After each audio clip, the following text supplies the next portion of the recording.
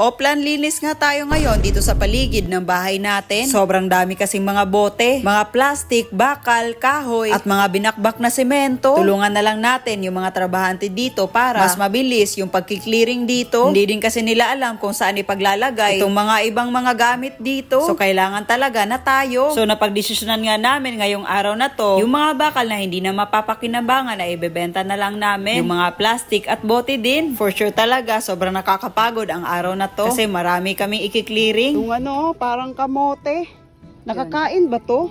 Or baka gamot may no? Try mo, kainin mo. Aka nga. Ano to? Gamot to ng ito oh. Ugat.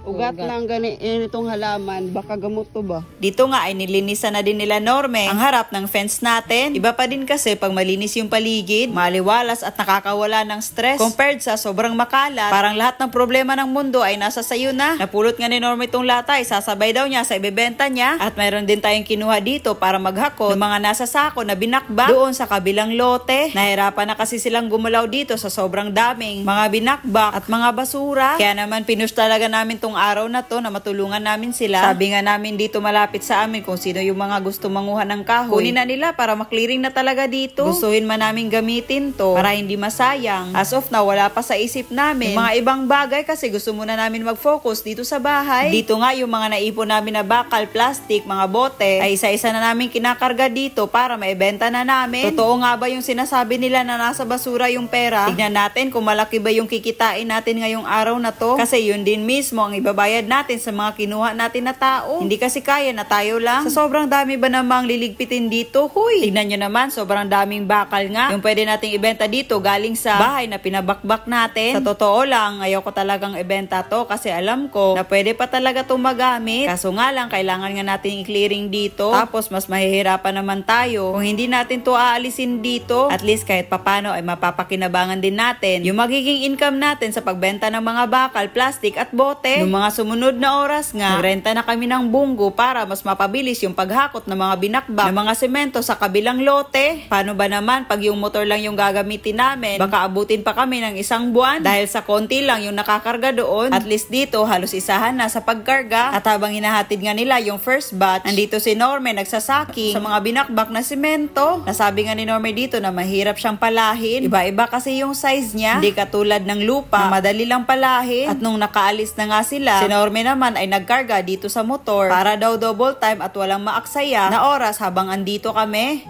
Bye-bye! Hala! Hala! Hala! Hala! Ang salina! Ano man yun o? Yun ihunong.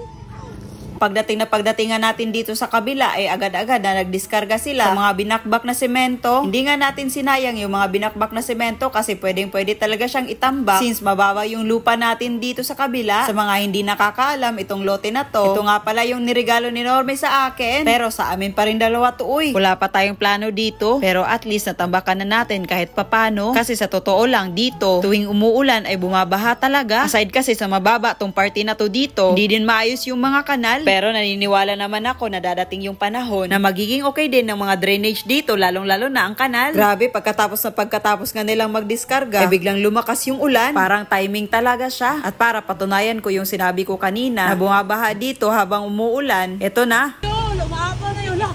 Yung kanal na yun. Umaapaw na yung kanal. Tignan nyo naman yan. Ay! Maapo na yung tubig dito sa Garcia, Agay! Agay! Hala, tignan mo naman yan, Bay! Yung ano na yun? Natimbahan! Hala! Ay, umutaan yun!